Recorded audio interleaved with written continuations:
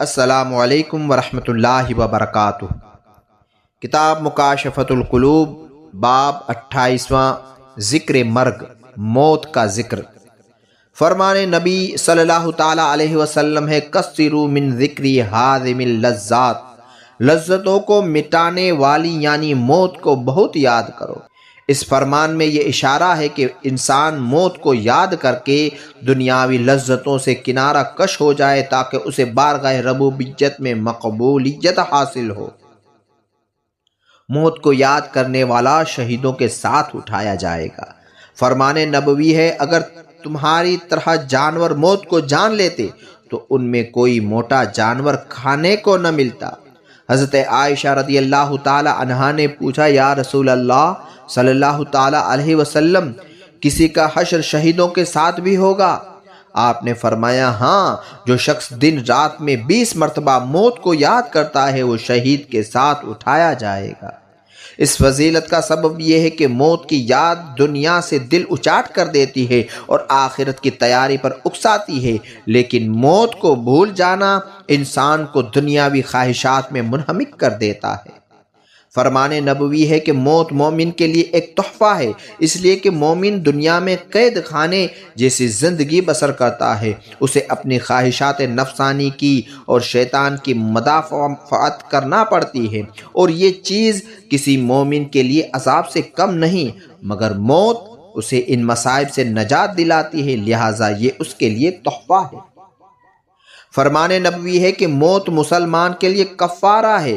مسلمان سے مراد وہ مومن کامل ہے جس کے ہاتھ اور زبان سے دوسرے مسلمان محفوظ رہیں، اس میں مومنوں کے اخلاق حسنہ پائے جائیں اور وہ ہر کبیرہ گناہ سے بچتا ہو۔ ایسے شخص کی موت اس کے صغیرہ گناہوں کا کفارہ ہو جاتی ہے اور فرائض کی ادائیگی اسے گناہوں سے منزہ و پاک کر دیتی ہے۔ حضرت عطا خراسانی رحمۃ اللہ تعالی علیہ سے مروی ہے کہ حضور صلی اللہ تعالی علیہ وسلم ایک ایسی مجلس سے گزرے جس میں لوگ زور زور سے ہنس رہے تھے۔ آپ نے فرمایا، اپنی مجلس میں لذتوں کو فنا کر دینے والی چیز کا ذکر کرو۔ پوچھا گیا، حضور وہ کیا ہے؟ آپ نے ارشاد فرمایا، وہ موت ہے۔ حضرت انس رضی اللہ تعالیٰ عنہ سے مروی ہے، حضور صلی اللہ تعالیٰ علیہ وسلم نے فرمایا، موت کو کثرت سے یاد کرو، اس سے گناہ ختم ہو جاتے ہیں اور دنیا سے بے رغبتی بڑھتی ہے۔ فرمان نبوی ہے، موت جدائی ڈالنے کے لیے کافی ہے۔ آپ نے مزید ارشاد فرمایا کہ موت سب سے بڑا ناصح ہے۔ ایک مرتبہ حضور صلی اللہ تعالیٰ علیہ وسلم مسجد کی طرف تشریف لے جا رہے تھے کہ آپ نے ایسی جماعت کو دیکھا جو ہنس ہنس کر باتیں کر رہے تھے۔ آپ نے فرمایا، موت کو یاد کرو، رب ذوالجلال کی قسم جس کے قبضہ قدرت میں میری جان ہے، جو میں جانتا ہوں، اگر وہ تمہیں معلوم ہو جائے تو کم ہنسو اور زیادہ رو۔ حضور صلی اللہ تعالیٰ علیہ وسلم کی محفل میں ایک مرتبہ ایک شخص کی بہت تعریف کی گئی۔ آپ نے فرمایا، کیا وہ موت کو بھی یاد کرتا ہے؟ عرض کیا گیا کہ ہم نے کہیں نہیں سنا کہ وہ موت کو یاد کرتا ہے۔ تب آپ نے فرمایا کہ پھر وہ ایسا نہیں جیسا تم ذکر کر رہے ہو۔ بزرگان دین کے ارشادات۔ حضرت عبداللہ بن عمر رضی اللہ تعالی عنہ سے مروی ہے کہ میں 10واں شخص تھا جو ایک دن حضور صلی اللہ تعالی علیہ وسلم کی مجلس میں حاضر تھا۔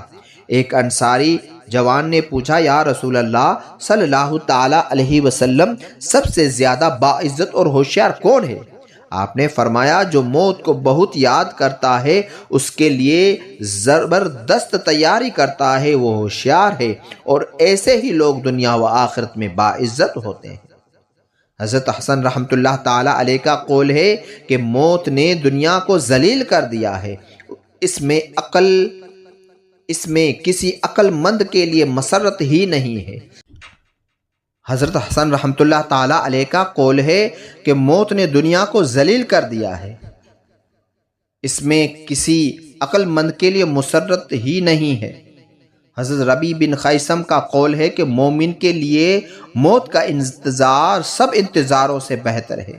مزید فرمایا کہ ایک دانا نے اپنے دوست کو لکھا، اے بھائی، اس جگہ جانے سے پہلے جہاں آرزوؤں کے باوجود بھی موت نہیں آئے گی، اس جگہ موت سے ڈر اور نیک عمل کر۔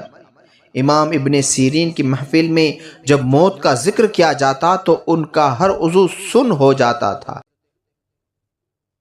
حضرت عمر بن عبدالعزیز رضی اللہ تعالیٰ عنہ کا دستور تھا کہ ہر رات علماء کو جمع کرتے، موت، قیامت اور آخرت کا ذکر کرتے ہوئے اتنا روتے کہ معلوم ہوتا جیسے جنازہ سامنے رکھا ہے۔ حضرت ابراہیم تیمی رحمت اللہ تعالیٰ علیہ کا قول ہے کہ مجھے موت اور اللہ کے حضور حاضری کی یاد نے دنیا کی لذتوں سے ناآشنا کر دیا ہے۔ حضرت کعب رضی اللہ تعالیٰ عنہ کا قول ہے کہ جس نے موت کو پہچان لیا اس سے تمام دنیا کے دکھ درد ختم ہو گئے۔ حضرت مطرف رحمت اللہ تعالیٰ علیہ کا قول ہے کہ میں نے خواب میں دیکھا کوئی شخص بصرہ کی مسجد کے وسط میں کھڑا کہہ رہا تھا کہ موت کی یاد نے خوف خدا کرنے والوں کے جگر ٹکڑے ٹکڑے کر دیے، رب کی قسم تم انہیں ہر وقت بے چین پاؤ گے۔ حضرت اشعث رضی اللہ تعالیٰ عنہ سے مروی ہے، ہم جب بھی حضرت حسن رضی اللہ تعالیٰ عنہ کی خدمت میں حاضر ہوتے وہاں جہنم، قیامت اور موت کا ذکر سنتے۔ حضرت ام المؤمنین صفیہ رضی اللہ تعالیٰ عنہا سے مروی ہے کہ ایک عورت نے حضرت عائشہ رضی اللہ تعالیٰ عنہا سے اپنی سنگ دلی کی شکایت کی تو انہوں نے کہا موت کو یاد کیا کرو، تمہارا دل نرم ہو جائے گا۔ اس نے ایسا ہی کیا اور اس کا دل نرم ہو گیا۔ وہ حضرت عائشہ رضی اللہ تعالی عنہا کی خدمت میں حاضر ہوئی اور آپ کا شکریہ ادا کیا۔ موت کے ذکر پر عیسیٰ علیہ السلام کی حالت۔ حضرت عیسیٰ علیہ السلام جب موت کا ذکر سنتے تو ان کے جسم سے خون کے قطرے گرنے لگتے۔ حضرت داؤد علیہ السلام جب موت اور قیامت کا ذکر کرتے تو ان کی سانس اکھڑ جاتی اور بدن پر لرزہ طاری ہو جاتا۔ جب رحمت کا ذکر کرتے تو ان کی حالت سنبھل جاتی۔ حضرت حسن رضی اللہ تعالی عنہ کا قول ہے، میں نے جس عقل مند کو دیکھا اس کو موت سے لرزاں اور غمگین پایا۔ حضرت عمر بن عبدالعزیز رضی اللہ تعالی عنہ نے ایک عالم سے کہا مجھے نصیحت کرو۔ انہوں نے کہا تم خلیفہ ہونے کے باوجود موت سے نہیں بچ سکتے۔ تمہارے آبا و اجداد میں آدم علیہ السلام سے لے کر آج تک ہر کسی نے موت کا جام پیا ہے، اب تمہاری باری ہے۔ حضرت عمر بن عبدالعزیز رضی اللہ تعالی عنہ نے یہ سنا تو بہت دیر تک روتے رہے۔ حضرت ربیع بن خیثم رضی اللہ تعالی عنہ نے اپنے گھر کے ایک گوشے میں قبر کھود رکھی تھی اور دن میں کئی مرتبہ اس میں جا کر سوتے اور ہمیشہ موت کا ذکر کرتے ہوئے کہتے اگر میں ایک لمحہ بھی موت کی یاد سے غافل ہو جاؤں تو سارا کام بگڑ جائے۔ حضرت مطرف بن عبداللہ بن شخیر رحمت اللہ تعالی علیہ کا قول ہے اس موت نے دنیا داروں سے ان کی دنیا چھین لی ہے، بس اللہ تعالیٰ سے ایسی نعمتوں کا سوال کرو جو دائمی ہیں۔ حضرت عمر بن عبدالعزیز رضی اللہ تعالی عنہ نے انبسا سے کہا موت کو اکثر یاد کیا کرو، اگر تم فراخ دست ہو تو یہ تم کو تنگ دست کر دے گی اور اگر تم تنگ دست ہو تو یہ تم کو ہمیشہ کی فراخ دستی عطا کر دے گی۔ حضرت ابو سلیمان الدارمی رحمت اللہ تعالی علیہ کا قول ہے میں نے ام ہارون سے پوچھا کہ تجھے موت سے محبت ہے؟ وہ بولی نہیں۔ میں نے پوچھا کیوں؟ تو اس نے کہا میں جس شخص کی نافرمانی کرتی ہوں اس سے ملاقات کی تمنا کبھی نہیں کرتی۔ موت کے لیے میں نے کوئی کام نہیں کیا، لہٰذا اسے کیسے محبوب سمجھوں؟ حضرت ابو موسیٰ تمیمی کہتے ہیں کہ مشہور شاعر فرزدق کی بیوی کا انتقال ہو گیا تو اس کے جنازے میں بصرہ کی مقتدر ہستیاں شریک ہوئیں جن میں حضرت حسن رضی اللہ تعالی عنہ بھی موجود تھے۔ آپ نے فرمایا اے ابو فراس تو نے اس دن کے لیے کیا تیاری کی ہے؟ اس نے کہا 60 سال سے متواتر اللہ تعالیٰ کی وحدانیت کا اقرار کر رہا ہوں۔ جب اسے دفن کر دیا گیا تو فرزدق نے اس کی قبر پر کھڑے ہو کر کہا اے اللہ اگر تو مجھے معاف کر دے، میں قبر کے فشار اور شعلوں سے خائف ہوں۔ جب قیامت کا دن آئے گا تو ایک سنگ دل ہیبت ناک فرشتہ فرزدق کو ہنکائے گا۔ بلا شبہ نسل آدم کا وہی شخص رسوا ہوا جسے توق پہنا کر جہنم میں بھیجا گیا۔ قبور کے حسرت آگیں کتابت۔ اہل قبور کے لیے بعض شعراء نے کچھ عبرت آگیں اشعار کہے ہیں۔ وہ اشعار یہ ہیں: قبروں کے صحنوں میں کھڑا ہو کر ان سے پوچھ، تم میں سے کون تاریکی میں ڈوبا ہوا ہے اور کون اس کی گہرائی میں باعزت طور پر امن و سکون میں ہے۔ آنکھ والوں کے لیے ایک ہی سکون ہے اور مراتب کا تفاوت دکھائی نہیں دیتا۔ اگر وہ تجھے جواب دیں تو اپنی زبان حال سے حالات کی حقیقت یوں بیان کریں گے: جو مطیع و فرمانبردار تھا وہ جنت کے باغوں میں جہاں چاہتا ہے سیر کرتا ہے، اور بدبخت مجرم سانپوں کے مسکن والے ایک گڑھے میں تڑپ رہا ہے۔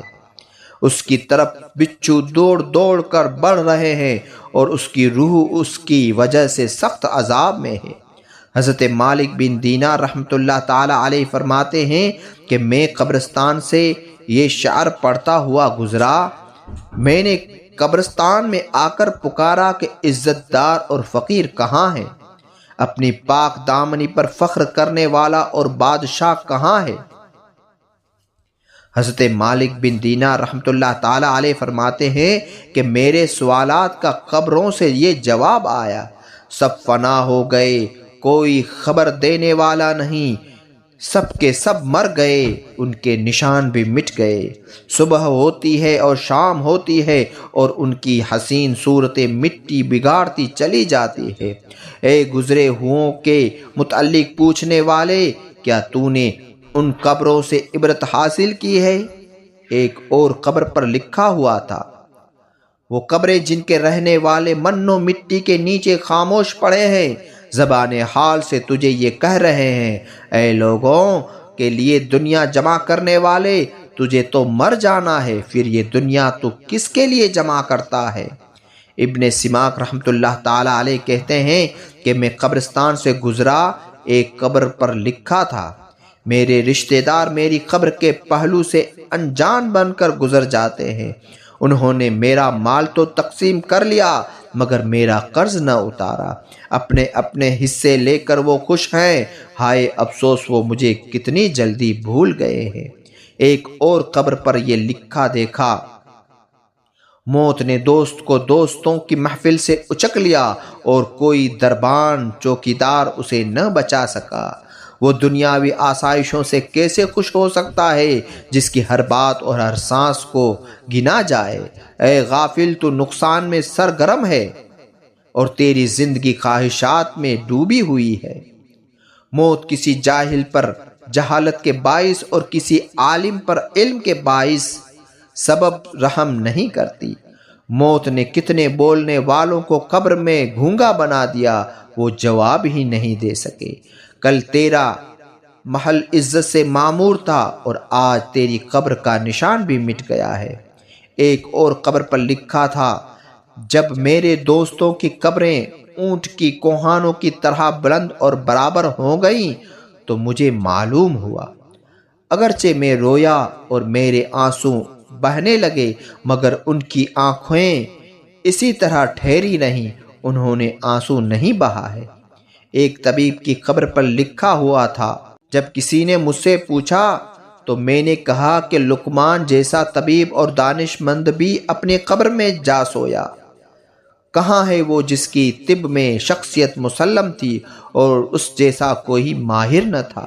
جو اپنے آپ سے موت کو نہ ٹال سکا وہ دوسروں سے موت کو کیسے ٹالتا؟